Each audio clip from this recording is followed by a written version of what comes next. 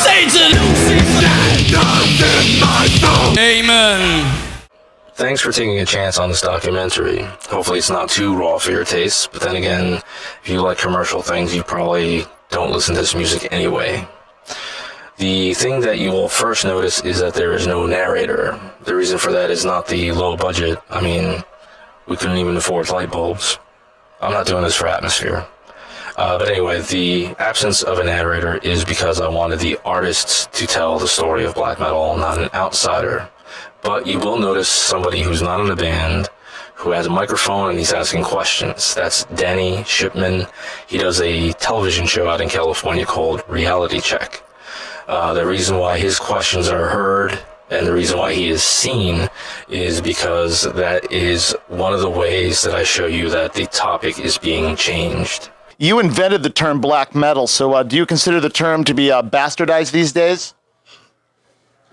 No, it's been used by people who shouldn't use it. It's a bit like the whole Norwegian scene when really they should come up with their own name, you know, like, I don't know, corpse paint metal or Norse metal or whatever, but they're not black metal. Black metal is Venom. It describes our music, which is thrash metal, power metal, speed metal, death metal, and it's all of the metals. We do fast songs, slow songs, sex, drugs, rock and roll, Satanism, everything. A lot of those bands play either just death metal or just whatever metal, but they're certainly not black metal. They just couldn't find a term for themselves, so they just jumped on ours. Well, it would be stupid to argue that Venom didn't start it. Black metal pretty much originated back when Venom did an album entitled Black Metal. And originally it was anything that was dark, satanic lyrics that talked about the occult, Satanism, devil worship, and it ended up manifesting into a movement. Taking this style of music and also adding a concept and ideology to it, so it's more than music. As far as I remember, around 1991, 1992, the first wave of the new black metal generation started with bands like Dark Throne or Immortal, and I think it was the last time when something really new was added to the whole genre of metal. There'd been other bands from the 60s and 70s who dealt with sort of occult kind of topics, but Venom just sort of coined the phrase and mixed it all together. And so previous to that, it didn't really exist. You can't sort of turn this into a joke. Black metal is not a joke. It has to be intense. The integrity has to be there, or else it does not work at all. I mean, hence the other Venom Without Me. I mean, you know, it was simply a joke, and the kids just didn't buy it immediately. They seen right through the lie, you know. And like those bands who parody black metal, you know, it doesn't work. It'll never work. They'll get one album out, nobody will want to know them again, you know, because you know, it has to come from the soul. It has to come from your fucking balls, or it just isn't going to work, you know. Simple as.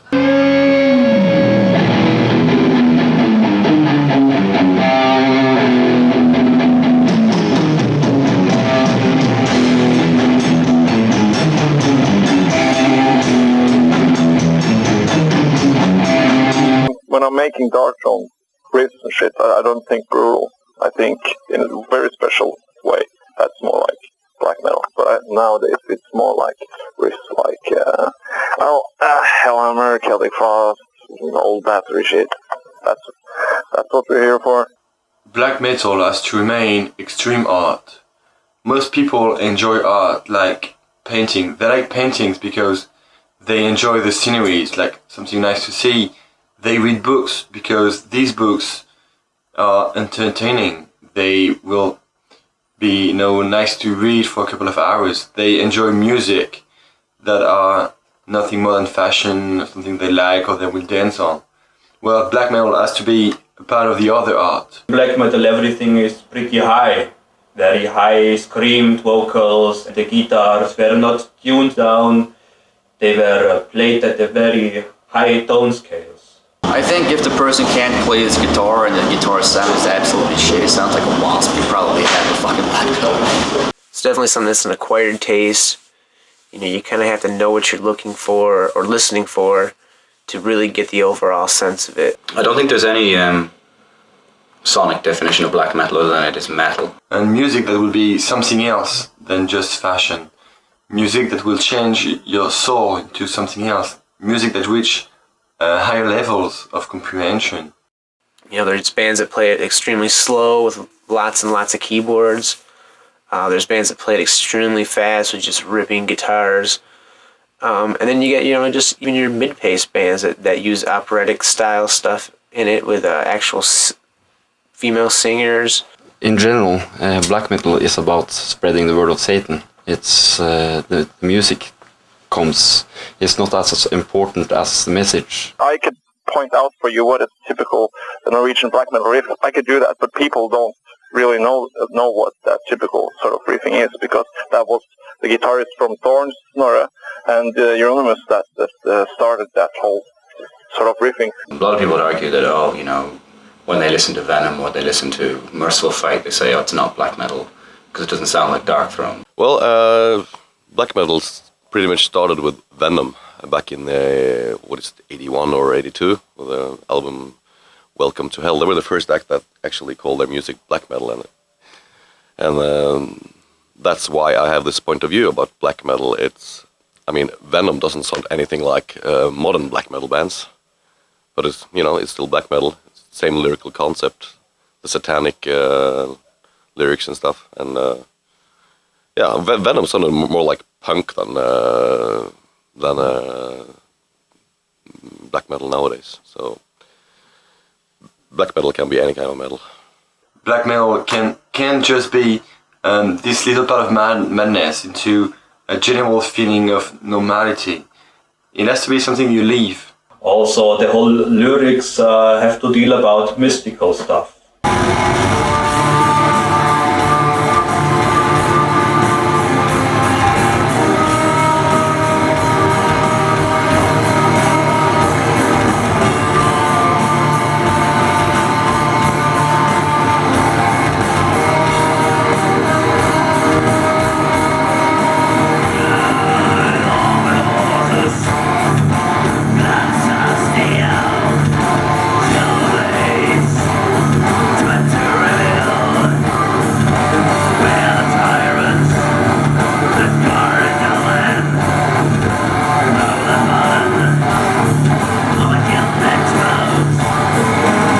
We use war paint. Demon war paint. Nobody could suggest it didn't come from Gene Simmons and Kiss and Alice Cooper and that kind of thing. I can't deny that I was, you know, Kiss was my first band. I'm still a Kiss fan, you know, and I love that old shit, you know? Of course. You know, like 1980, I was 7 years old. I got, you know, I fell over Destroyer. And then the demon awoke in me. It's part of the psychodrama we present our music, our ideas. The reason we use makeup is to celebrate our inner demons. It's a celebration. It's not a theater thing. I wear corpse paint because I feel that Agathon is kind of person inside me, and I don't want him to be labeled as me. He is different person than I am, so he looks different. And when you see these people on stage that just look like they're from the depths of hell, it just pushes the whole feel, the whole essence of the show to the next level. I don't see a lot of the more established bands actually doing it. I think the only band I see do this is like bands like Gorgroth, and but they're so hardcore, you know, it's like what they do. Well, I used it in my former band, Phobia, but that's long ago. We never have been friends of corpse paint because it's a kind of contradiction. Black metal bands always want to appear very individual, play very individual kind of music and so on. But if you use corpse paint, you get very uniformed. Each band looks like another one. There's only one Abbot. What's that? Yeah. Well, Abbott, I've seen a lot of bands, you know, trying to, you know, copy my makeup, and I don't care because there's only one Abbot. You know, it's like, you know, you paint your inner face. That's what it's all about. I mean, like, you know, because when I joined Dark Funeral, I never had a corpse paint on in my whole life. And I asked Araman, who's been wearing it for years before me, and said, like, you know, what the fuck is it? Just let, like, you know, Satan take over your fucking hand and draw your fucking face. This was my first shot, you know. I never tried different things, you know. The first time I put on makeup, this was it. Yeah. This is me. Just perform something that it was done by the bands before, and they don't even understand the reason of all that. So I think it's better today not to use this kind of artifacts, because you are just doing it the wrong way. It's kind of masquerade, a very stupid masquerade. You look like a clown. Maybe it is a little passe. For Gorgoth is the only natural way to present our music. Well, I don't care if it's passe or whatever. It was us and King Diamond and early Slayer folks. I think these were like among the earliest bands who used that. And of course in the 70s I loved Arthur, or the 60s and 70s I loved Arthur Brown and Alice Cooper who also used makeup like that. But I think in the newer wave of metal in the 80s, I think it was these three bands who probably caused some stir. I wouldn't credit us solely for that, but there's photos of us in 83 using corpse paint. Well, I mean, our first singer, I mean, when I joined the band as a fucking rhythm guitarist years ago, we had a singer who wore the corpse paint, you know, very much like Alice Cooper. You know, if it's done in the right way, I mean, it's pretty good. I mean, I like some of that stuff anyway. I like some of the sort of Burzums and Mayhems and things like that. You know, it's great metal. I mean, I prefer to listen to metal than any other kind of music, you know. I mean, if you were to say to me, you know, here's the worst corpse paint metal band in the world, or here's fucking Britney Spears, I listen to the fucking worst corpse paint metal band in the world, you know. I fucking love metal, you know, so... You know, for me, it doesn't really matter. I mean, it's, you know, you see it in the faces of some of those guys, you know, I mean, it's the intensity, they're fans of the music and they want to create some of their own. And I fucking think that's 100%, man. That's fucking, you know, great for them to try, you know. Everybody should fucking have a go, you know.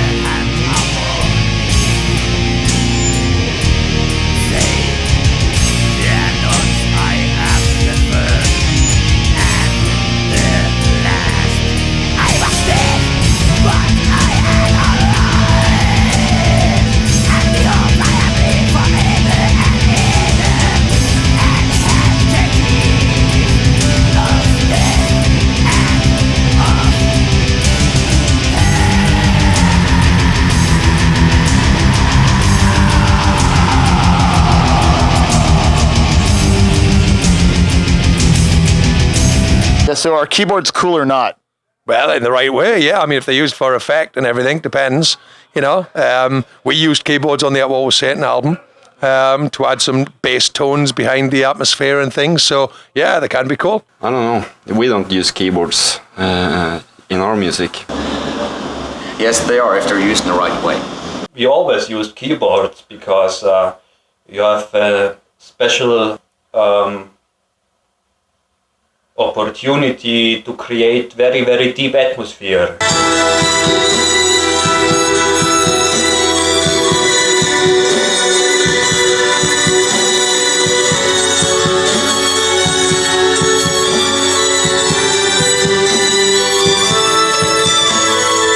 Most of the people today into underground black metal believe that if you make it with very few budget, you are a true black metal band. But in fact, if you take all these bands, Beherit or Darkthrone or whatever, they made this kind of raw recording because they had no better choice. And trying to do that today is like useless. It's just like being marionettes, just trying to do something that you don't even understand. Most of these kids have lots of money and they just try to do something they cannot even perceive. Because it's necro. The reason why many black metal bands are just using raw 4-track production is they don't have to practice, they don't have to do many rehearsals. They just go into the cellar for several hours and record some kind of crap demo, and then they say, okay, that's cool, that's true black metal, and everybody else who is working hard, who is writing on songs for many, many months, practicing the whole time, this is not black metal. And I think a lot of the black metal bands tend to use the 4-track home recording sound to make themselves sound like they're a truer black metal band. But there's only been a handful of bands that I personally listen to who I think can pull that off. It's coming from the 80s, more or less, when death metal became more technical, more better produced in the States, and in Norway we went the other way, having poorer productions, focusing more on atmosphere. And when Venom came out and stuff, and Hellhammer, it was often the bands were doing the best they could with the limited time money they had, and the sort of ugly production was a sort of counteraction to, I suppose, a lot of the mainstream productions where people could play very well, bands like Iron Maiden and that kind of thing, and that sort of attitude still prevails in black metal today. It's not really, often it's not necessarily about the sound or how well it's recorded or how well it's played, it's more about the feeling behind it. I personally don't have nothing against well-produced albums, and I hope that people are not that stupid that they even think about this kind of stuff. Good music is good music, even if it is done in woods or in $1,000,000 studio. A band can become a shitty band and lose all spirit without getting any money. And some bands can gain a lot of money and have still the same money, the same spirit. It's all about being still perverse and having the same goal, which is mainly be a herald of Satan and bring something to the other people. To bring something to the people who are already into it, and to try to bring some more people to the cult. And they say, okay, all these bands with expensive productions, they are the traitors of the scene. But I think it's the other way around. I think those with raw 4-track productions are the traitors. Because they don't add any quality to black metal. If black metal just would work, like those people think, it would stagnate. There wouldn't be any development at all anymore. I think in order to, experiment as an artist in this form, why limit yourself to just doing 4-track home recordings when, you can go into a studio and experiment with sounds and come up with something that's unique.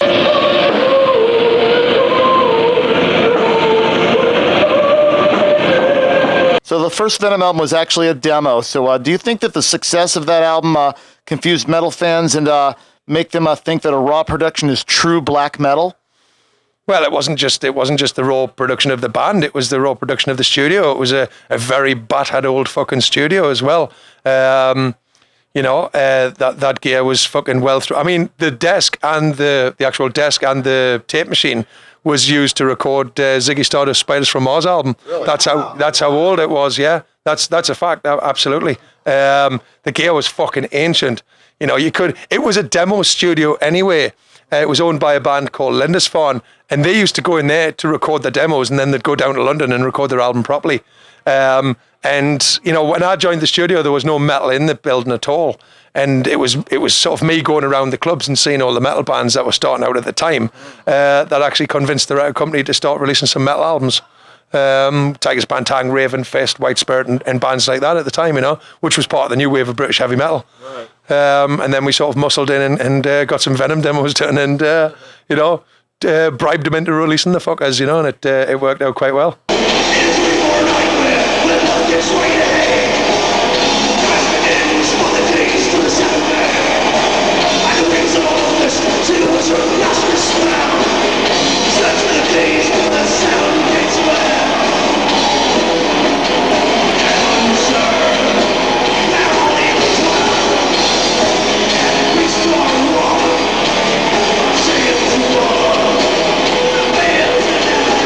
Most black metal bands will use the straight black and white imagery. Again, that goes back to, if you look at the early Bathory albums and the early black metal album from Venom that are black and white, and I think it kind of cuts it down. There's nothing flashy about it. It says, it's a bold statement, it's saying we don't, basically, fuck you, we don't care what you say, this is how we are, this is what we're about. I think that because the whole brightly coloured sort of thing became a very death metal thing in the early 90s, of these brightly coloured, sort of gory, fantastical images, and a lot of the black metal was a reaction to the way some of the death metal had gone in the 90s, because they felt they'd lost the whole point of what really is death metal, i.e. death obsessed, or whatever, or morbid, crude music.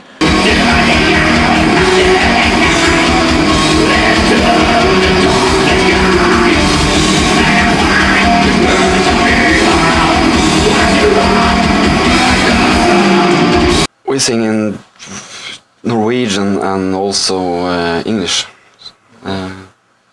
Some songs are suited for expressing things in Norwegian, and I'm sure lately we have more or less used English because mainly because our base, or the people we are presenting our ideas to, is a worldwide audience, and it's better to present ideas in a language people can relate to than using Norwegian. But Norwegian is more natural for us, expressing some kinds of atmosphere. It's hard to express everything in English, Well, we used to sing in Norwegian, and we on the Monumentation album we wanted to try out. We just felt that the music fit better with the English language, like the international thing, And we have just continued because it worked for us. So it actually feels it's very strange, but it feels more natural to have lyrics in English. Actually, it's easier to sing English than Norwegian. The articulation is pretty difficult with that type of vocals that I'm using.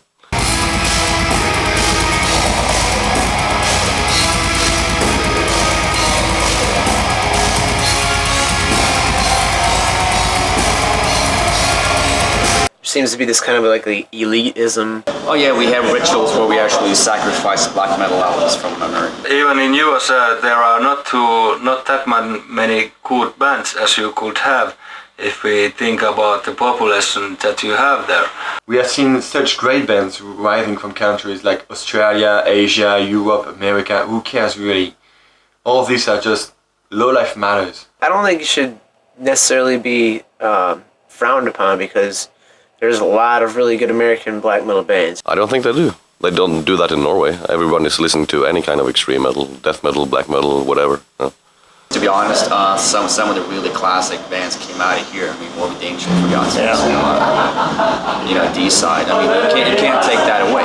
If you take a Norwegian band, after a few weeks, these bands will get signed and get CDs everywhere. But all the other countries, mostly, will have to go on mutating, evolving to something really complete before being exposed to the outer world.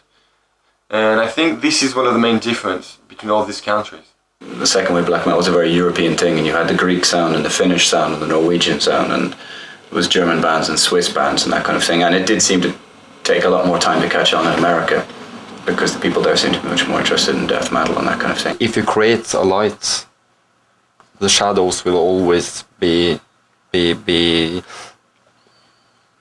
something secondary from the light, And the Norwegian bands in the beginning created the light, and the other things will just become shadows of it, Well, black metal in America, I guess it started up a couple of years later than the European Norwegian black metal, and I'm really not that familiar with any black metal acts from the States, but I guess some of them are copycats. I'm not mentioning any names. I really don't think there's much difference between the two, really, other than different heritage. It was very hard for French bands to export, but this was really good for these scenes, because being kept cloistered has made all these bands going to something more harsh and more extreme all the time. There were no commercial purposes, and so these bands are nothing else than pleasing themselves, pleasing the master. Fire!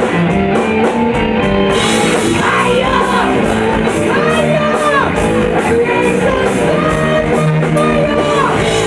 the beginning, black and death metal were more or less the same thing, and then death metal became bloated and fat on MTV Money and major labels, and it left the what a lot of me, and I included at the time, thought left behind a lot of the ideals that we thought were death metal, which was death metal is the back of 7 churches by Possessed, and that's it. You don't stray from the formula. Merry fucking Christmas!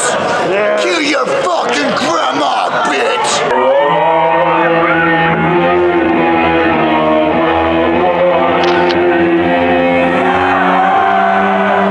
We were deep into that death metal thing, and we had our own theory. Like, it should be possible to play the riffs, for instance, on synthesizer or cello, whatever, to fit to a horror movie. There are mainly 2 kinds of death metal. One which is mainly from the beginning of death metal, which is this kind of very violent and satanic death metal with bands such as Dayside, Incantation, Beast Warlust. These bands are really close to the real black metal. And there is this other kind of death metal which is more technical and whose lyrics will deal mostly with political views or these positive views or just about zombie spirit stories and all that. I personally am against separating music and trying to put names on something that really the only way you're going to get is if you hear it. I mean, the perfect example is Samoth, who used to be doing the whole Emperor thing, went over to do Cyclone, which is a very cool death metal band. So, to me, that tells me that I don't think that's really happening. Maybe it happened in the beginning when black metal was young and kind of naive and everybody was being really extreme. These bands started turning up on MTV and they're talking about surfing and talking about, you know, all this stuff that just had absolutely nothing to do with the music. And it sounds trivial, but I suppose metal being such a cliquey kind of thing, you know, people turn up wearing shorts and jogging suits and all this kind of stuff, and an awful lot of people just wanted metal, death metal, to just go back to the way it was, which was crude and ugly. We were really fed up with the whole death metal thing anyway. Of course, Euronymous had always pointed that out, because whenever I would even bring him like first Autopsy demo to his house, you know, like in 88, 89, and I'd play it and like, listen to this fucking rules, and he would be more like, well, it's okay, and he would like just put on some mutilated, you know, from France. Black metal is also different because it's not like it's a huge family. We're not all friends because we wear Darkstone t-shirt or have long hair or something. There is no links between all of us. We feel more attached to people that are into extremism or into more satanic arts than just people who do black metal because they're used to do it. Black metal is the contrary of everything. In general, it's black metal is about having a satanic approach and more serious about it, you know. And lots of death metal bands have more or less a socialist, common socialist approach, used to have it at least. And so the ideas and the concept behind it is very different. I think that it is the lyrics, because they are too out of nowhere in death metal bands. If you compare it to black metal, many black metal players live as they preach, or at least they should do that. But not that many death metal band players eat rotten corpses or vomit maggots or things like that, which they say in their lyrics. They all came from the same originators, you know, and we're virtually doing the same thing, just in a little bit of a different manner, you know. Don't forget that when black metal got started in Norway, most of the people involved were teenagers. Right. Not necessarily the most mentally evolved people. So attitudes are definitely going to be a little bit naive or, you know, overly cynical. So, you know, I mean, people are going to change. So, I mean, maybe you got some kids going, well, fucking death metal, that's fucking, it's shitty, it's commercial, it's horrible, and they put on some corpse paint and go into the fucking woods and take some pictures. I don't know, but I mean, that's exactly what we did. And then you kind of go, 5 years later, you kind of think, well, that was a bit fucking dumb.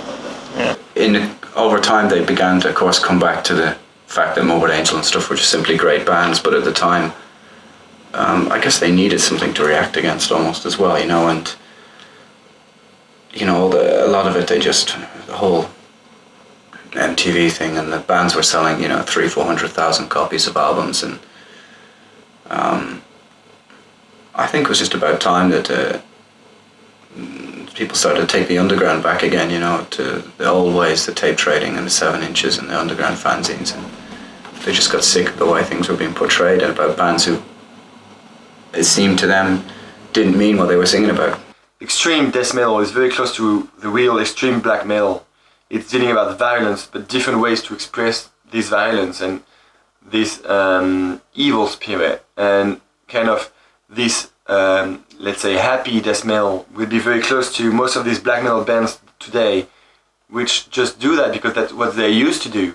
And in fact, they don't care really about Satanism and all that. We didn't change because anyone told us to. It was more like we saw old albums in a new light, and it was the black metal feeling came. And then you really couldn't continue playing technical death metal, so to say. I was totally uninterested in making riffs that were like 7, 8 rhythms or 14, 16 rhythms and things like this.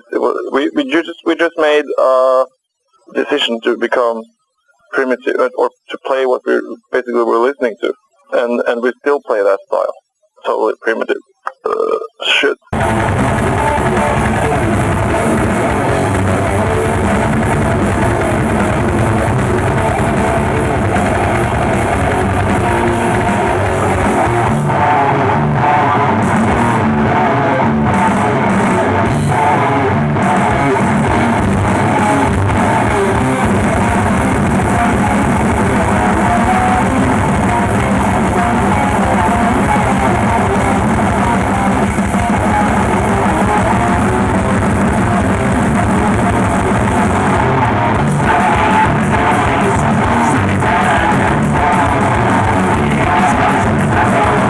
As years passed, going through the 90s especially, I think a lot of people would agree that a lot of the music, the metal, started to become politically correct.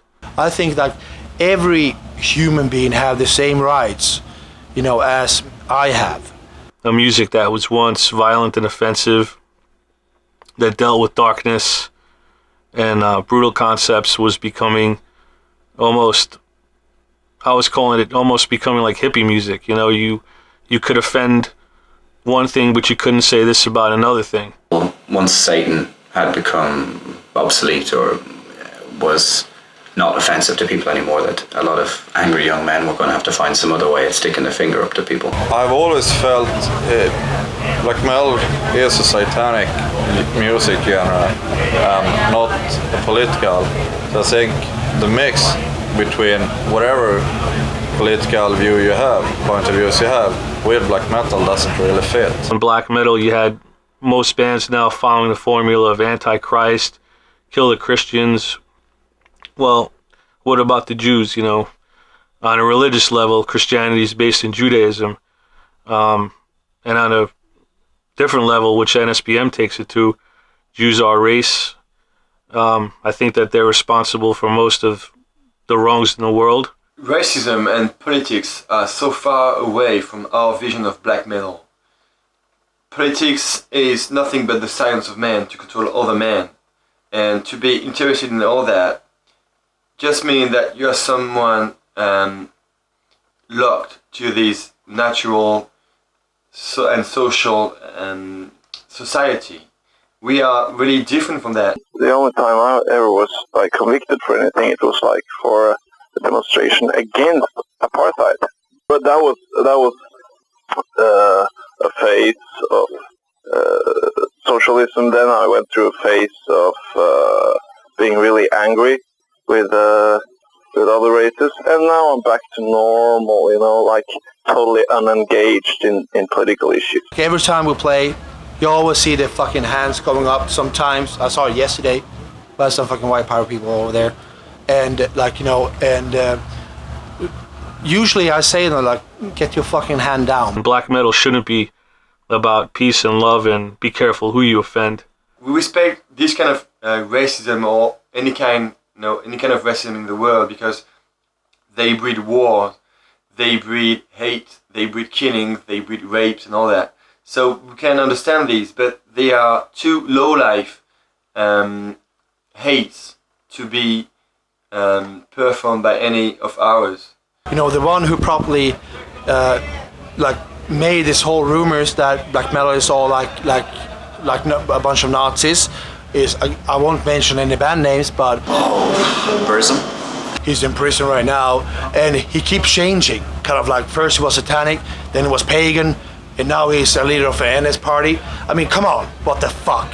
I mean, make up your fucking mind. I really don't know why that is. I mean, I could understand it if you live in a horrible neighborhood and you get beat up by somebody that's not of your ethnical background every day. Maybe that won't really help you become a very open-minded person. Oh my God, that's my drummer trying to sound like Hitler. You're constantly reminded in school, on various forms of the media, on television, MTV, how it was your ancestors that caused all this plight and strife in Africa and all over the world. It was your ancestors that brought the slaves here.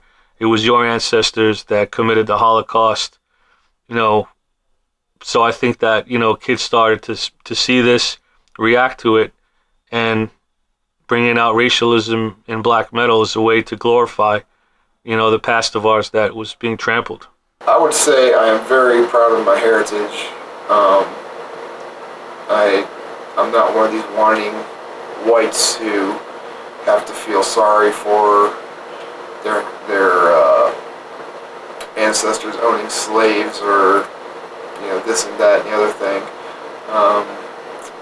But in the next sense, there's a lot of white trash I don't like to deal with either. I'll admit, I had a fucking dumb period like about a year when I thought I was a fucking Nazi. And then I fucking woke up and I thought, Jesus Christ, what the fuck am I thinking about? I don't think NSBM is a movement. It's more or less made up. It's only kids using words. They don't to spread some kind of fear or be shocking in a way. NSBM. NSBM.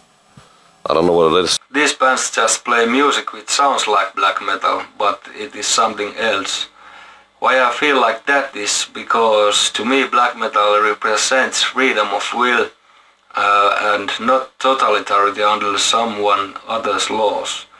That is just what black metal should be against. Nazism for me is a flock mythology and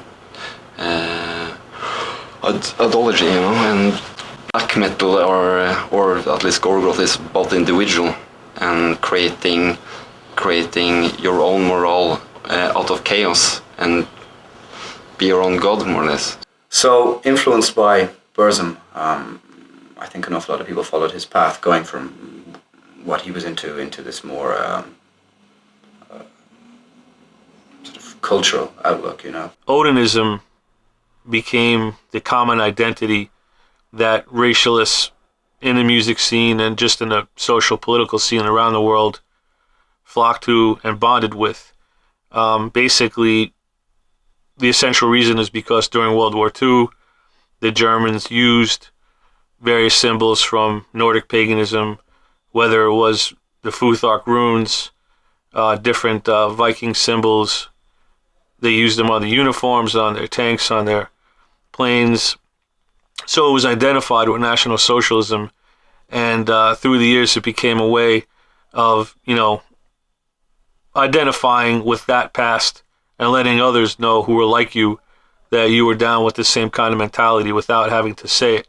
I think that's just their way of showing their pride and their heritage. I don't think there's anything wrong with it, as long as you express it intelligently.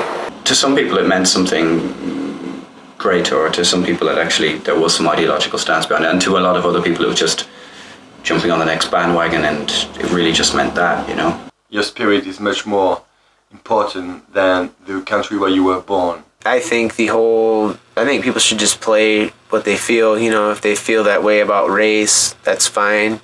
It's the same thing as with religion, you know what I mean? I still think it's cool that there are bands like Enslaved and Amon Amarth, because even though I don't really respect them, I don't think there's any real integrity behind it.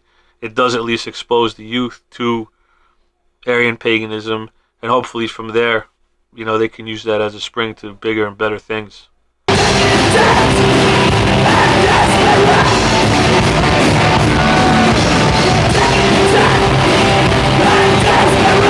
People who know about Satanism will also know that I have not excluded anything. But we've changed certain words. We omitted two words, Satan and Lucifer, because so many people out there got turned off as soon as they heard those words, because they've grown up, hearing from Christians that, this is what Satanism is all about, killing babies, doing this and that, Satan means the powers of the unknown, and that's very much what I'm singing about. Using the devil in music is nothing new. I mean, the Rolling Stones did it, Heavy metal is the devil's music. The two go together hand in hand and always will do. I mean, it doesn't work in pop music. It works very well in heavy metal and always will.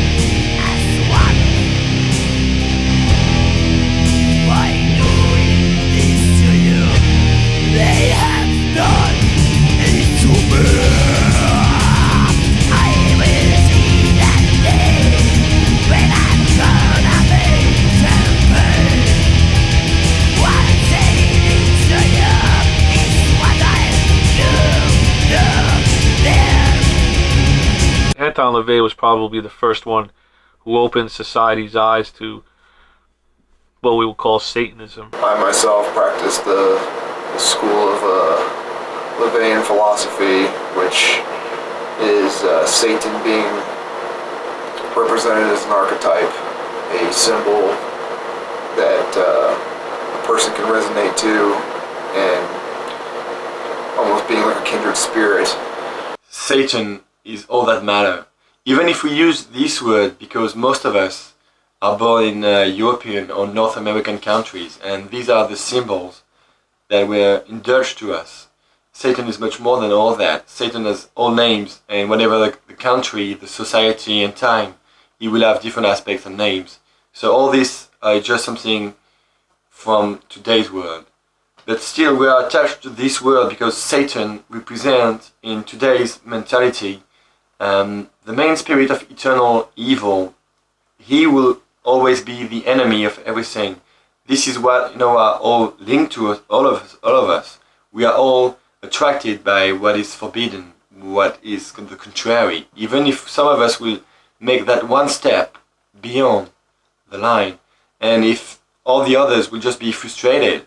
The other form of Satanism would be your typical devil worshipper, which is basically just the inversion of Christianity and worshiping a horned figure in hell. In my opinion, every people are born as Satanist. To me, it is purely form where you are at animal-like state. Therefore, guys like Anton LaVey are not tolerated by me because they try to do it as religion, and therefore they have to have laws who to obey. That is totally against my beliefs, since according to Bible, Lucifer was first who turned against God by asking why. And that is what Satanism is all about. Not to follow any leader than the one who is in the mirror. I don't think it's anything more than a surface level ideology. I don't see any deeper meanings to Satanism other than offending people, shocking people, and misconstruing what is black magic and calling it Satanism. I can agree on some parts of it, but it's still not something I'm adapting to totally. Most of the people in the inner circle were pretty anti-LaVey, and they were more trying to be quote-unquote evil, which I thought was kind of funny. It's not about wearing inverted cross that will make you an evil person. And it's as much your music and lyrics than your real life. All this has to be merged into something real and complete. Satanism is almost very hypocritical because it never leaves the confines of Christianity. It's taking parts of paganism, Satanizing it or Christianizing it, however you want to put it, and doesn't ever leave the Judeo-Christian roots. If you take Sartre's work, Sartre said that what makes mankind is the idea of evil much more than evil itself.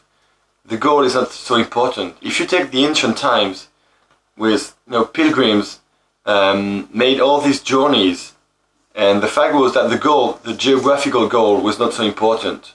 The path was important. This was the moment where you were walking side by side with God or whatever you can call him. And this meditation was important, not the end of the journey. And this is exactly it. Satan is of no time and no culture or society. And then I would say third would be the dabbler, which doesn't really know much about anything, just gets bits and pieces and self-styles whatever he wants to do, and basically uses Satanism as a scapegoat.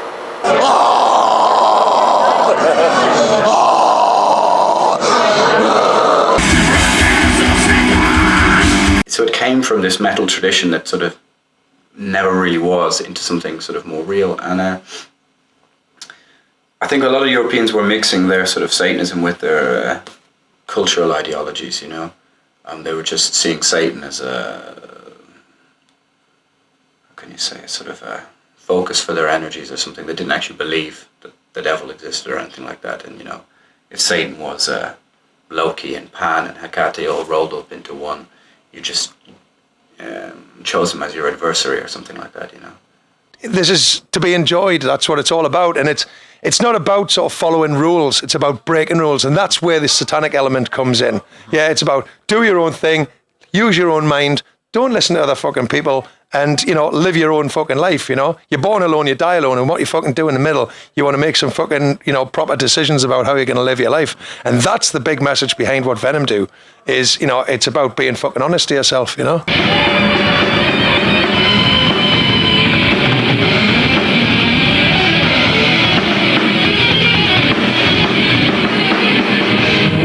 You know, for some of those fucked up crazy people, even Elvis was Satan. Yeah. You know. Yeah, yes. And also Kiss, you know. Yep. They had a lot of problems with these people. Yeah. And I can't wait to face these motherfuckers. We are not out there in the public eye, so they don't see us as a really strong enemy yet. What you want me to say about religions, you know, it's like it's stupid people need some hope, you know, but they have so much blood on their hands, and I just can't turn my back and say fuck religions, you know. Christianity is just a bunch of fucking lies. It's the best fucking fiction book ever written in history. The Holy Bible. It's the best fiction book, you know, because it's all fucking bunch of hypocrisy. It's totally censored. If you read the Kabbalah, you know, it's totally censored, and twisted to their benefit. And it's all money-sucking fucking vampires. They are probably the worst, to say, the Catholics. They are living their lives in totally disregard and disrespect for themselves and everybody around them. Yeah, I mean, I still wear my upside down cross, you know. I hate the fucking church. I think they're fake, you know. Mm-hmm. So, but I'm not into this silly Satan stuff, you know. Ritual mass manipulation.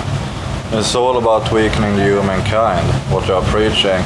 And of course, I feel like there's so much bullshit and I can't accept it. And I feel like it's time for, you know, more people to to show that it's unacceptable to, you know, treat people the way they do and, you know, put people into total submission. Digging up corpses is, how would you like it if somebody dug up, you know, if your mom is dead and somebody dug her up and chopped her head off and put it on top of a grave or something? You wouldn't really like it. That's the way I feel. I think it's fucking retarded. People who know about Satanism will also know that I have not excluded anything. But we've changed certain words. We omitted two words, Satan and Lucifer, because so many people out there got turned off as soon as they heard those words, because they've grown up, you know, hearing from Christians that, you know, this is what Satanism is all about, killing babies, doing this and that, you know. Satan means the powers of the unknown, and that's very much what I'm singing about.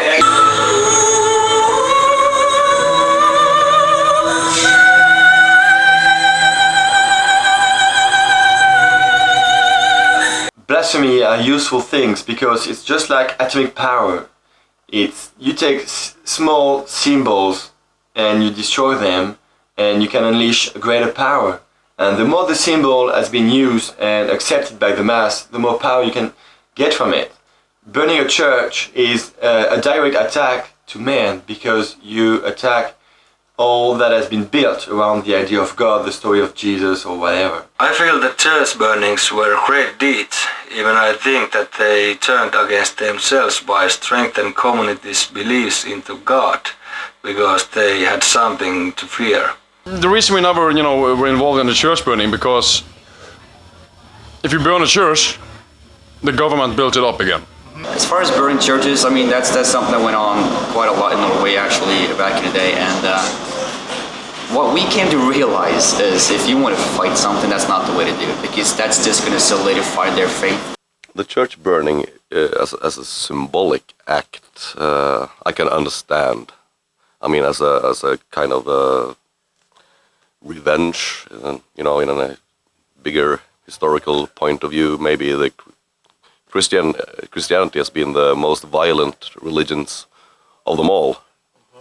So in a historical point of view, a bigger picture, they kind of deserve it. I believe that the church burnings were great because those people tried to show to Christians that they are not tolerated in Scandinavia. Of course, I support that way of thinking, but I will never burn a church myself. If you really want to fight something like that, like something as big and established as Christianity, you'd probably have to do it in a different way.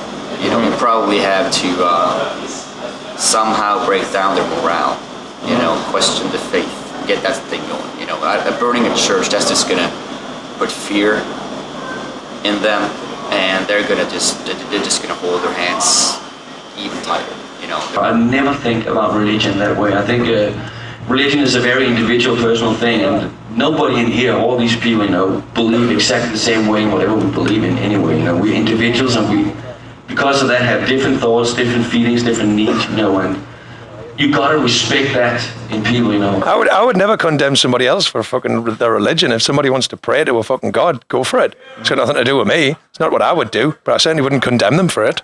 Yeah. Why would I do that?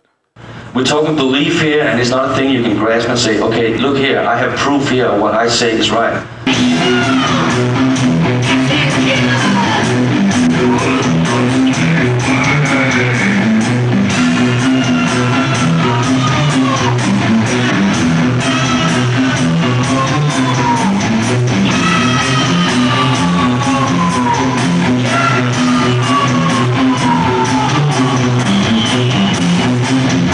Yeah, what happened? We did a recording for a DVD, and somehow the authorities were in Poland accused us for blasphemy, and so we had to go to court and stuff like that. But in the end, they ended up with putting the producer from Metal Mind Productions. So he is now facing like 5 years in prison or something in Poland for putting up the show.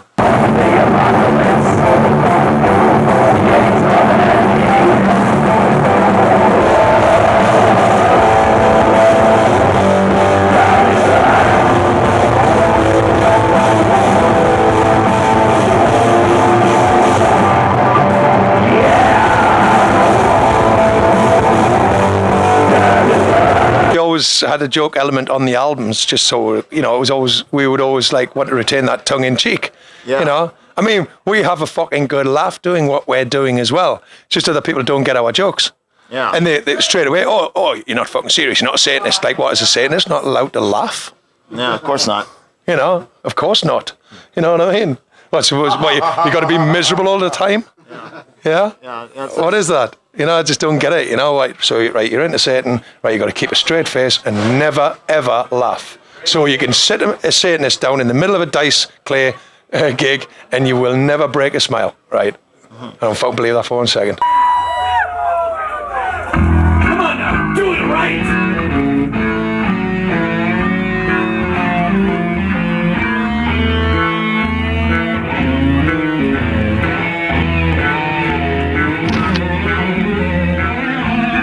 How do you feel about certain black metal bands boasting bands like Venom just write make-believe lyrics about demonic killings, whereas Norwegian black metal bands actually live out the things that they say in their songs? No, they don't. But burning a church. I mean, look, there's a big difference between being a musician and being like a felon. Yeah. I mean, you know, if you want to go and commit a crime and go to jail, well, go on then. Or do you want to be a musician and tour the world and make albums? There's a fucking very, very big difference. Yes. You know. So they're not musicians. It's great, though, to have like a myth around a musical style. I'd say it's a bad thing for me, but for people that want to get into it, sort of like, so it's easier to get into something that's myth-ridden because it's exciting. Violence today, in 90% of the cases, are just an image into black metal bands. They wear makeup, they wear spikes, but we have played with so many bands that were so different in the backstage than when they were on stage, screaming about Satan, and about all this. I mean, this is not a game. This is a very, very difficult and very huge topic. But in some way, I even think it was crucial for the development of black metal that happened, in Norway, no matter how you look at it. Yeah, it wouldn't have the notoriety, you know, if it wouldn't be for the church burnings and the murders, you know. It wouldn't have. Although, you know, what is there satanic about, you know, a friend murdering his friend for whatever reasons there weren't any satanic reasons why he did it. All the reasons are the same reasons why it happens every day at any place in this world, you know, with any person that considers themselves to be Buddhist or Christian or Hindu or Muslim or whatever. Violence in black metal is like in any scene, or when you have lots of people gathered together. Some use it, some doesn't. I think that it is that simple. Black metal is a kind of underground society.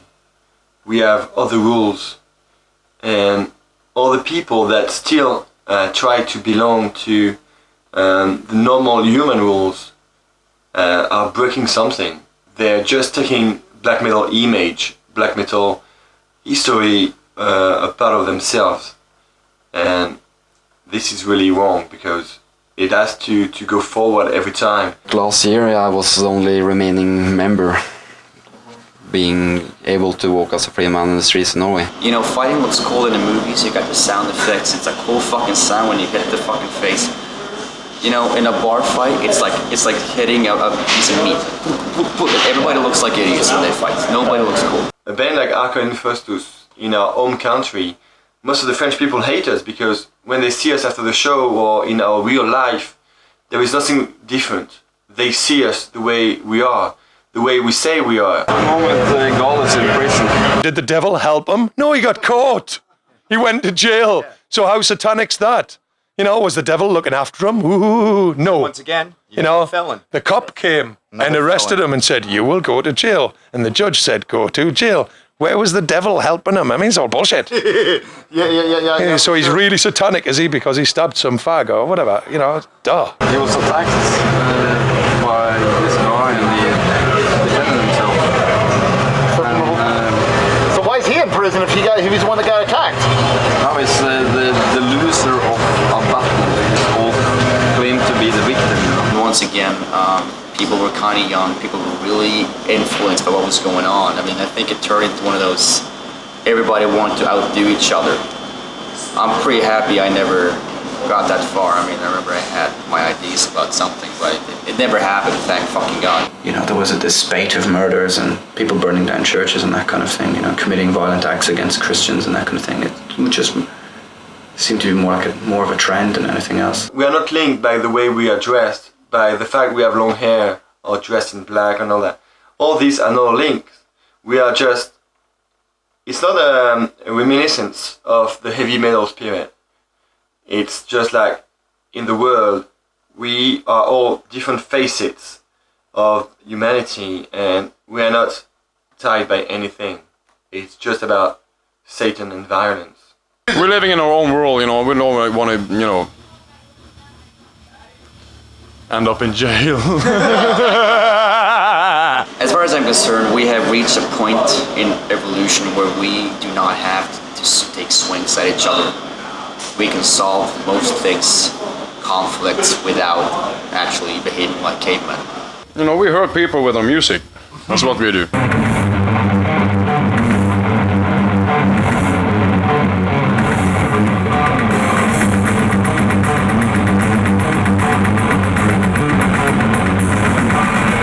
Or something from Abruptum was angry with me because something like the scene almost, you know, split like attitude-wise because of the who's rooting for Count Grishnak and who's rooting for Euronymous, you know, and everyone was like figuring that I didn't give a fuck about Euronymous, and, but I like both guys. I think the suicide of the Dead was probably a personal thing for him. I mean, you know, I don't think that he had any idea that that would become a big part of a black metal explosion thing that happened a couple years later. I think that was on his mind. I think what actually made that into a big deal was the fact that photos of it existed, and they got spread throughout the world, and they eventually ended up on a, on a record sleeve. To the guy who threw a beer in my face, I'll buy you another one after. Motherfucker! If I had paid good money to go and see a band and some jerk next to me was throwing something at the band, I'd fucking knock his lights out. You know, who the fuck are you to stop the show when I'm coming to see a fucking band I want to see? I think it was in Hilversum in Holland, or some other town, I don't remember. And people had this idea of, different idea of stage diving. They were like, instead of diving off the stage, they were diving on the stage. So after like 5 people have been diving into my bass guitar and into my microphone, I was like bleeding from my mouth. I got really pissed off. I just like warned people, okay, the next guy who's diving into me, he's gonna get his ass kicked. I'm warning you, I'm a nice guy, but I will kick your ass. And of course, 1 minute later, there was this guy flying into me. And of course, you know, I kicked his ass and threw him off the stage. Then I suddenly discovered what I've done. It was because some bastards had thrown a fucking crippled into me. With like a, what you call CP. So I just like, I threw him off the stage. He was lying on the floor, all shaking. Looked at me like a, you know, like a small dog or whatever. Like, ugh. I was like, oh. I was like, sorry, man. That was actually a very terrible act to do, no? Yeah. Throw a cripple at me. You know? Who does that? Yeah.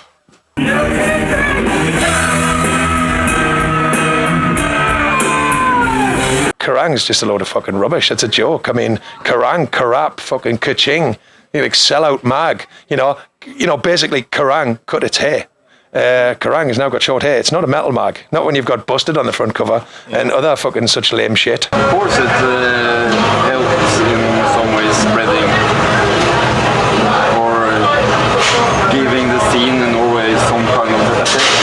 I think that article did very little other than ridicule black metal. We were actually included in the article about being one of the bands that the inner circle despised because of the Levian Church of Satan connection. Obviously, I was actually in contact with some of the people that were in the groups, and I never had a problem with them personally. Yeah, sure, we didn't agree on everything we believed, but really in life, who the fuck does? But I think the whole battle and the whole imagery of the whole black metal scene over there was really hyped up by the media, and Kerrang was a big part of that. We absolutely hated the fact that black metal was in Kerrang. You know, it was kind of, I suppose it was that kind of elitism, whether it was your thing and you didn't want people who were involved in a sort of overground scene who casually bought Napalm Death albums to all of a sudden discover, you know, Mayhem and all these kind of bands. But in hindsight, Kerrang is tabloid journalism, and they were just looking for an exciting story. Emperor and Cradle of Filth, wonderful examples of that. I don't think any of those bands got any fucking respect until they suddenly exploded and started selling a lot. All of a sudden, everybody's their friend. Before that, you know, they were ridiculed in magazines like Kerrang was made up of some guys who, like, you know, really enjoyed metal, and then they realised that they had a little bit of power and could make and break bands. So, you know, they had their weekly favourites. You know, one week it was Exodus, next week it was Slayer, and you know, it all just went to their heads. We went down to some party in London. They were all dressed up like fucking rock stars with leather pants on and snakeskin boots. It was absolutely made us puke to the bones. You know, it was so sick. It's like, you're journalists, not rock stars. You know, it was a classic case of power trip and going straight to their heads. Fucking fools. You know, I don't have a problem with Kerrang. I would have point that out. They've been cool to me, but you know, they know what I'm talking about. You know, they're sensationalists. Don't believe everything you read in the fucking press, man. Yeah. They just make it up. You know, when I don't answer questions, they just write anything what they fucking like.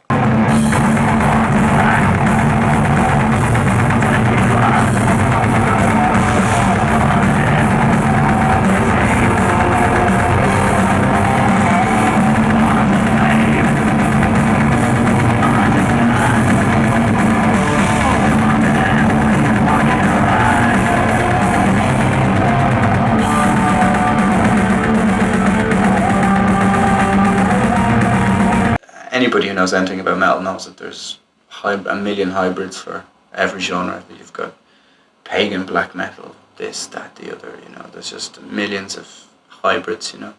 Who cares about playing Viking black metal or atmospheric black metal? All these are just aspects that people try to do because they can't attach anymore to this kind of music. They are like insects turning around light. They feel attracted to it, but they can understand it really. They can see if it's the real light or the fake light.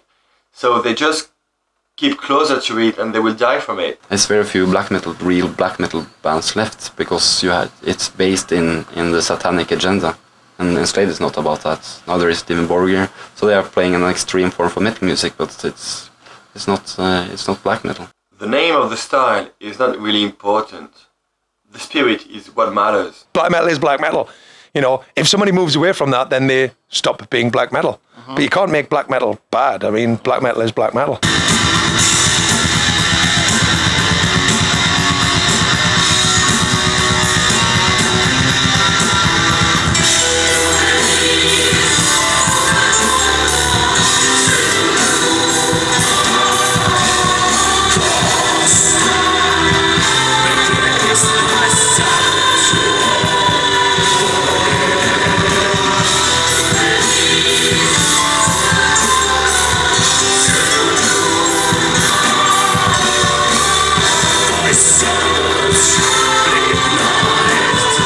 Goth? No, I don't think black metal's anything to do with goth.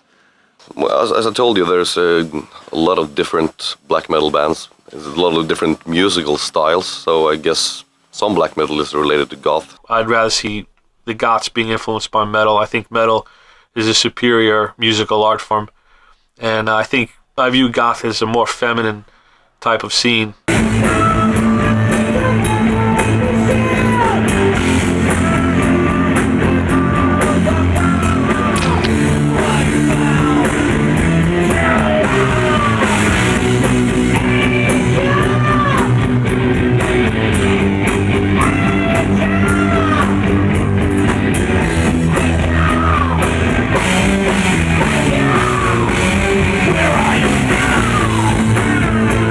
So are bands like Cradle of Filth considered black metal?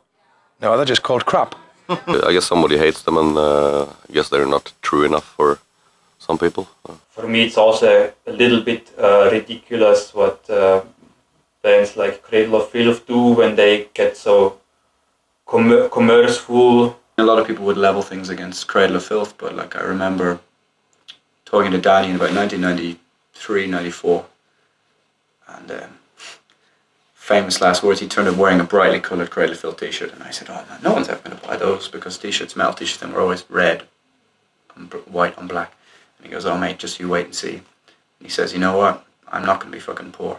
I think it's a far cry from what black metal was when it started, at least if you want to follow the Norwegian route. You know, when it started in Norway, I mean, it was definitely not about selling shitloads of albums and you know, basically being sort of not very scary. At least they brought many girls to the metal concerts.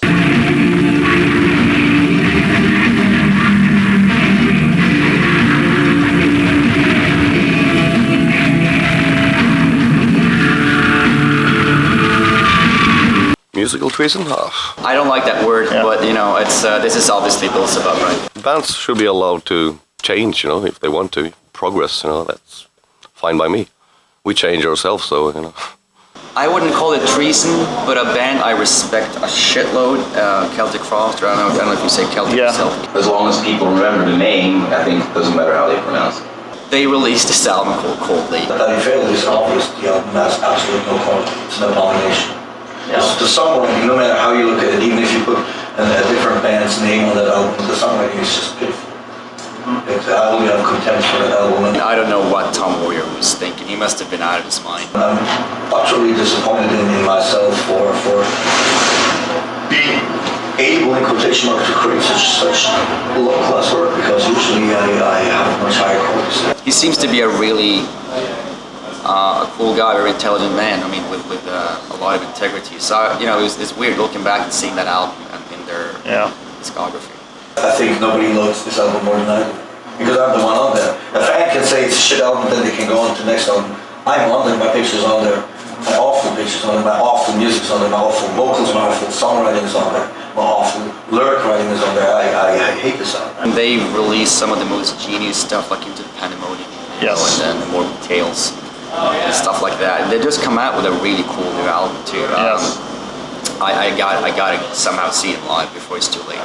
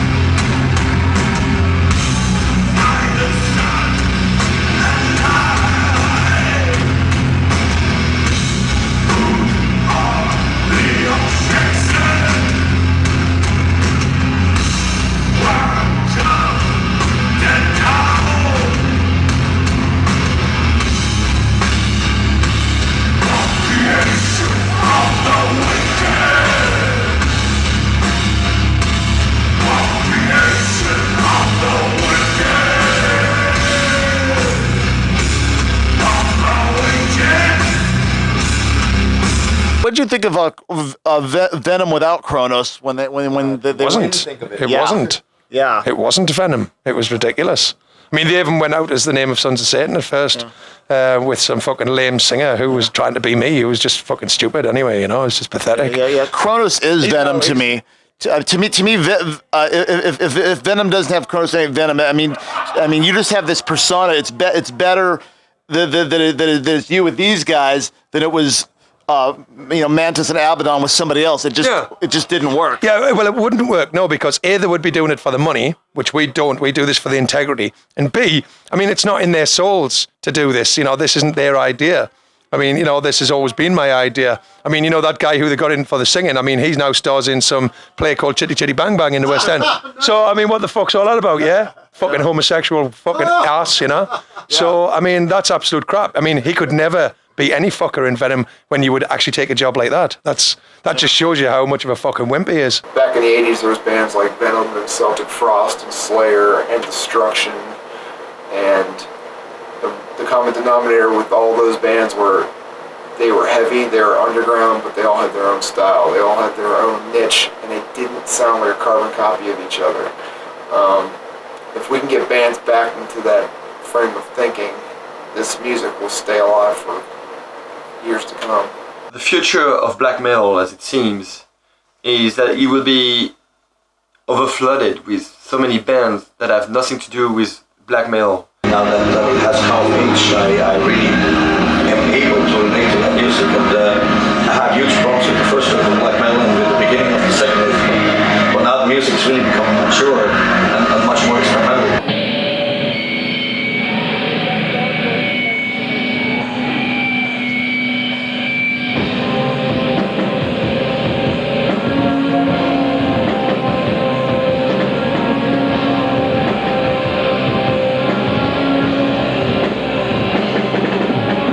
I think it's going to branch out the way it's done. Bands in the future will continue to draw from the past, some going back to the 80s, to the classic bands, some going back to the the early 90s and the Nordic stuff, and the French sound, and so on and so forth. You're built of ice, of course. It's good with the ice that everything is steady, but still you need movement, and everything is moving. Everything is constantly changing. But you also have to be aware of the source, being the ice. And it's going to continue with the bands who want to sell 500,000 records and have these big plush productions, and bands who record a rehearsal tape in their rehearsal room and push that as people who want both. So the real bands will stay, and some new bands will rise and have some real things to say. Don't tell me, you could write songs about, sacrificing children to Satan and kill Christians and rape nuns, but then tell me that I can't, say that the Holocaust was fake and that, too bad it didn't happen, and, substitute Christian with Jew. That seems to be a sore spot, and it shouldn't be in a music form such as black metal. Seems that black metal has given birth for many different styles and still will, and I don't have nothing against that. I just hope that they use different names for their music styles. I mean that you cannot have Christian black metal or vegetarian black metal or national socialist black metal. It is just black metal, or then it is not black metal at all. This is like a musical experiment in heaviness, and it's to make it more intense and more heavy and more dynamic and more satanic, and to get bigger and louder and bolder and brasher, and just to keep pushing that. It has been around for 3 decades almost, so yeah, it will survive. I don't think something that people are so passionate about as black metal or even heavy metal in itself is ever going to die out. It's like punk, there's always going to be kids out there that are so into it, they're going to keep it alive.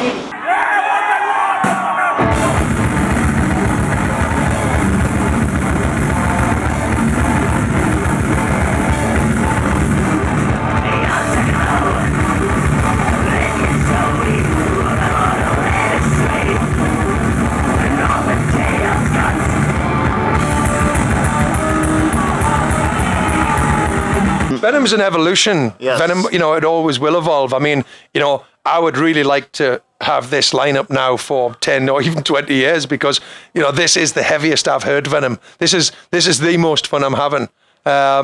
People say about, the only Venom is Kronos, Mantis, and Abaddon. And, although that we agree with that lineup could never exist. I mean, some bands stick to their formulas and still do very good, like bands like Dark Throne, for instance.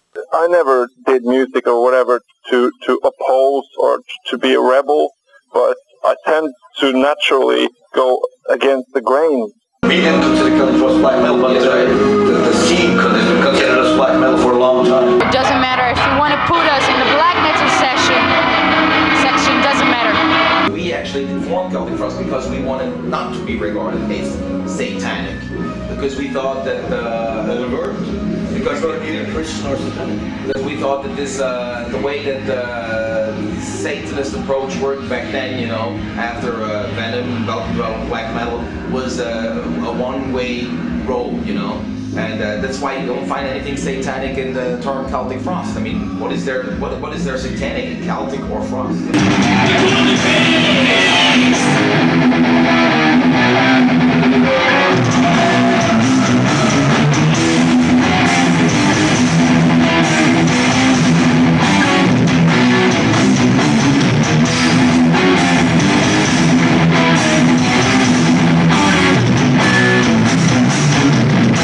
if you take the black metal crowd, it's like divided into three main parts. One of them, which is this kind of underground people, which believe that only the underground is true, and they spend more time into trying to know who is underground or not, and they don't spend anything about Satanism or really acting in the world. There's another part which is these people that come into black metal because they feel attracted to it, because maybe they were frustrated by society or their life, so they come to it because it seems extreme, but they cannot understand or apprehend it. But there is this third part that makes all the difference, which are people that have been here from the beginning, and people that have come, in the meantime, and people that still come today and understand the real spirit of it.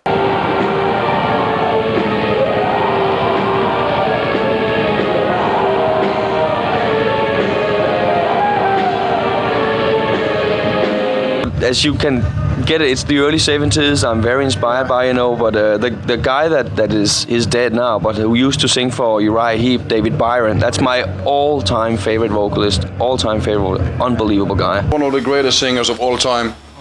Possessed is me and Demonos' favorite band, Beyond the Gates. Me and Demonos, we never drink together without listening to Beyond the Gates.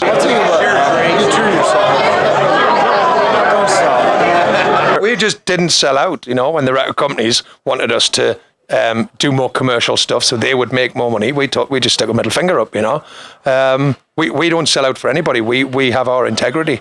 And, the core of Venom will always be the same. See, the actual legend of Venom is bigger than any one of us. Right. We have a responsibility to Venom, so we can't actually take any action to screw up Venom. We have to follow a certain course, but we're certainly not going to let no record company step in and screw it up. There's a deeper essence to this, and it's that Martin and I were never afraid to listen to all kinds of music that we like.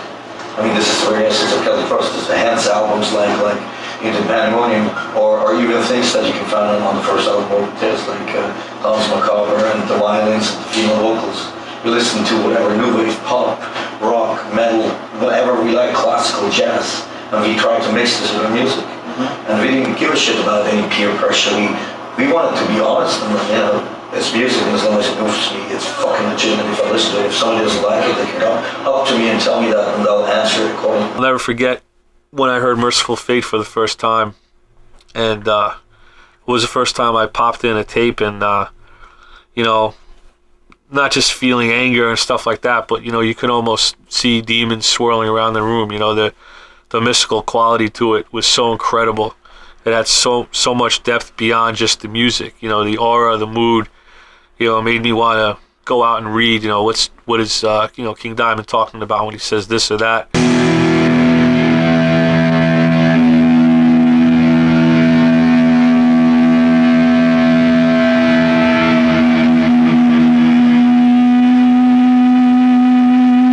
I didn't even know what a falsetto voice was when I started singing. I was forced into singing. I was playing guitar back then. I played guitar for a couple of years, and was forced into singing. And when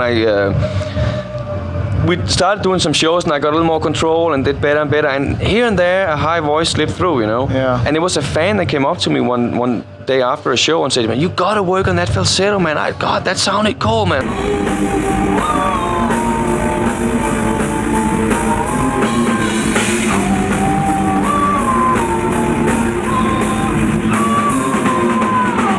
So, if you just perceive it the way it has to be perceived, which is coming to the cult, understand what lies beyond and what is in surface. You have to perceive all that to become a part of it, and then you understand something that is so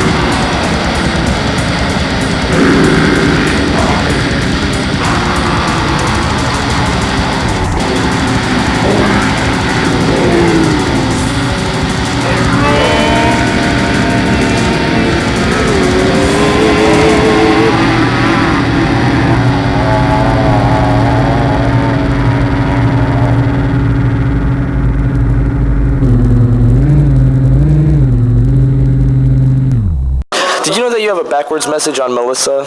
What message is this when you play Satan's Cross Upon the Wall backwards? I don't know. Was that intentional? You don't seem to know anything about it. No, what? Tell me about it. All right, if you play Melissa backwards, Satan's Cross Upon the Wall, you hear, what message is this? Was that planned? You look like you didn't know. I have it on tape. That's what it says when you listen to it the ordinary way. No, the ordinary way is Satan's Cross Upon the Wall, and backwards it's what message is this? Is that what it says? Yes, what yes. message is this? Satan's cross upon the wall.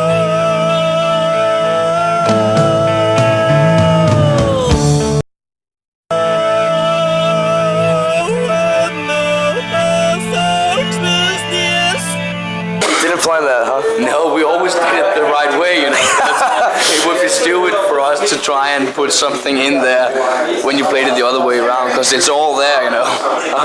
There's nothing hidden there at all. It's all straightforward. Give me your guys' 2 cents of the SOD song, whatever happened to Celtic Frost. Celtic Frost. Okay, I can agree that. Fuck SOD. Yeah. That's my opinion. Fuck them. Whatever happened to SOD anyway? Why Winter Storms? Because they're catchy.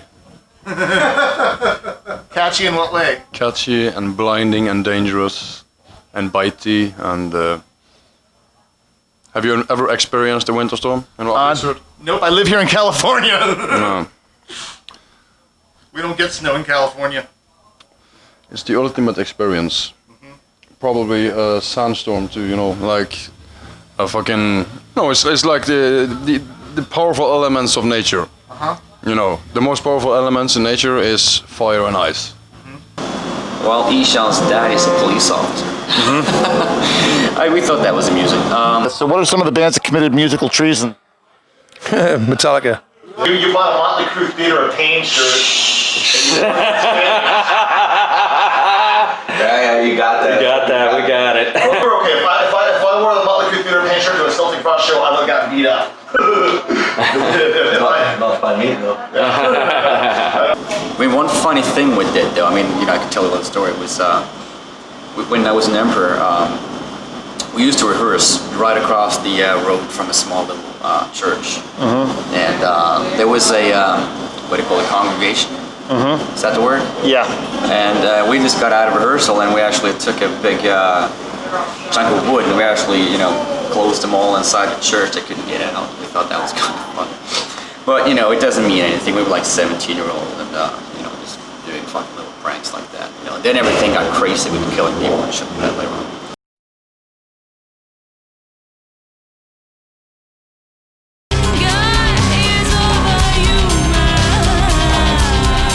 Oh, I get it. You're one of those independent movie makers, right? There's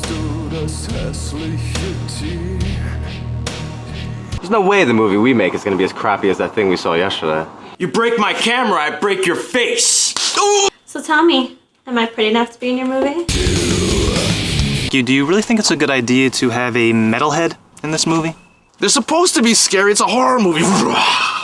I never knew a love like this was possible.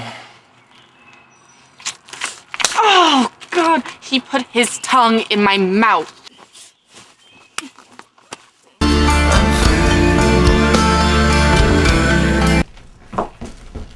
Oh, sorry. Face this way, keep facing me. It'll be more dramatic. Stay and sleep. Nice. Stay asleep. Good, and stay in your trance. Is it true that you have George Fisher from the band Cannibal Corpse in one of your movies? It sure is. Well, in that case, I would like to buy the rights to that movie.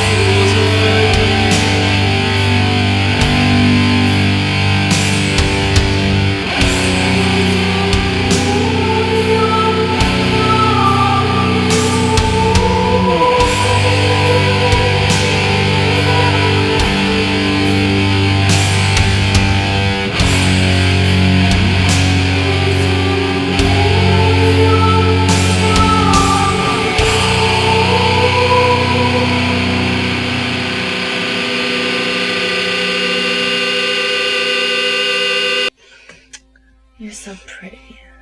Who the fuck are you to reject me?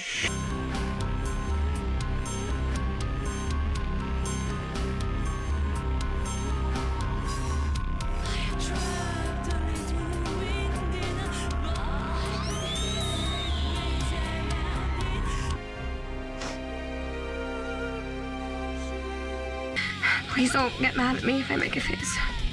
I found a rape kit. He's a serial rapist. Looks like the two of you are gonna make a great couple. But you know what? There's just one problem. He just might be too beaten up to reach an erection. I could have saved you. Queen Catherine, there's someone in the tub right now who needs your help. You can save her. Do you think I give a shit about the girl in the tub? My friend and I watched your house.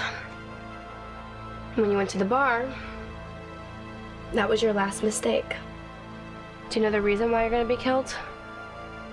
Do you remember me? I really wanted to get some answers from you. And while your pussy roasts, I'm gonna slice off your clit. And then I'm gonna turn you over and fuck your asshole with this knife.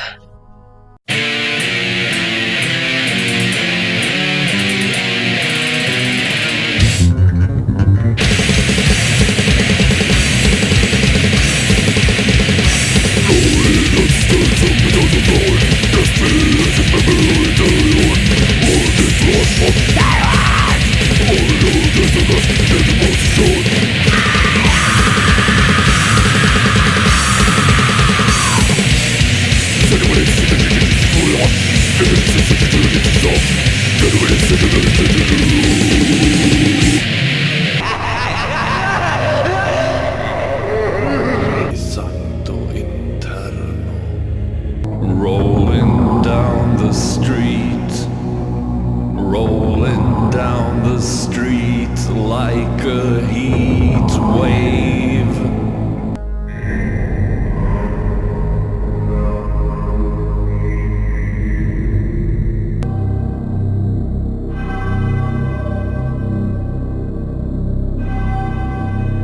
Into the garden I go and pluck the flowers made of snow.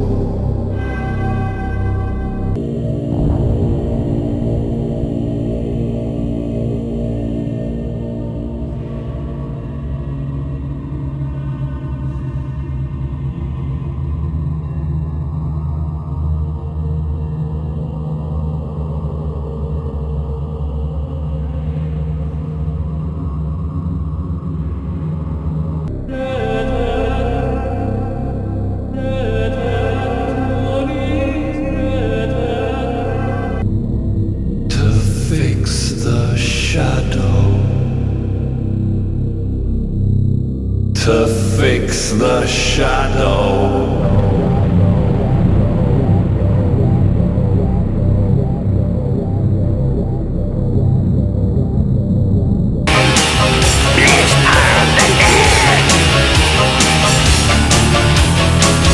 Why would you call tuna bumblebee? That's not appetizing. You know, people get pissed off when there's bugs in their food. Is that it? Is it an insult to us? Like they know that they can put a certain amount of bugs in your food in this can, and instead of calling it like cockroach tuna, they call it bumblebee because like bumblebees are inoffensive. They don't even stink. You know, you go to a bar and you meet a whore.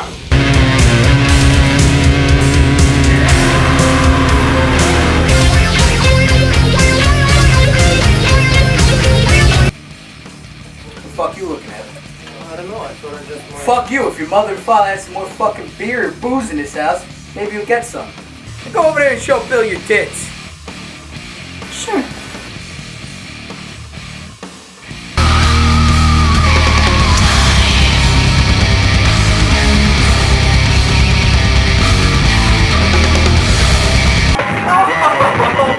Make him stop! Oh my God!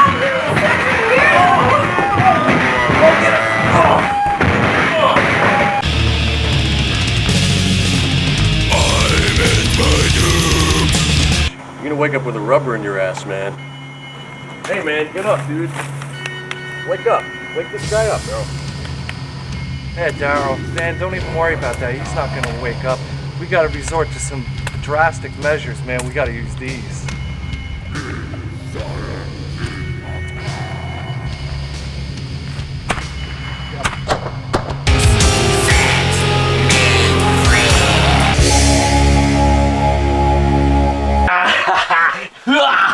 Give me some brown sugar, brown sugar! I know it's bad, I love it, but it's on the inside! Okay!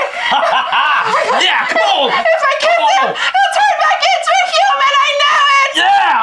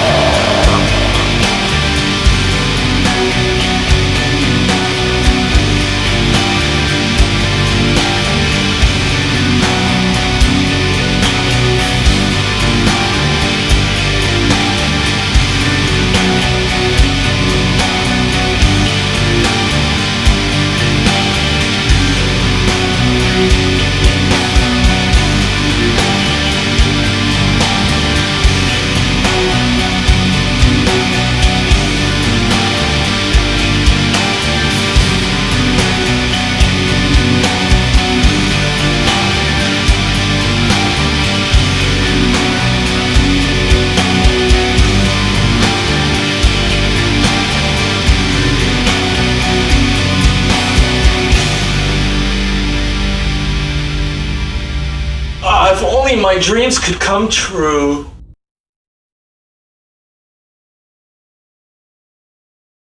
What is the name of your band again? What band? The band I'm currently in, or well, no, currently in the band, my main band, or my other band. The main one. Cannibal Corpse. Would you ever eat a member of your band for free publicity? No. The band that lives up to its name? I would not eat any of those guys. You are obviously a pioneer in metal. I don't know if you will say that yourself, but you really are.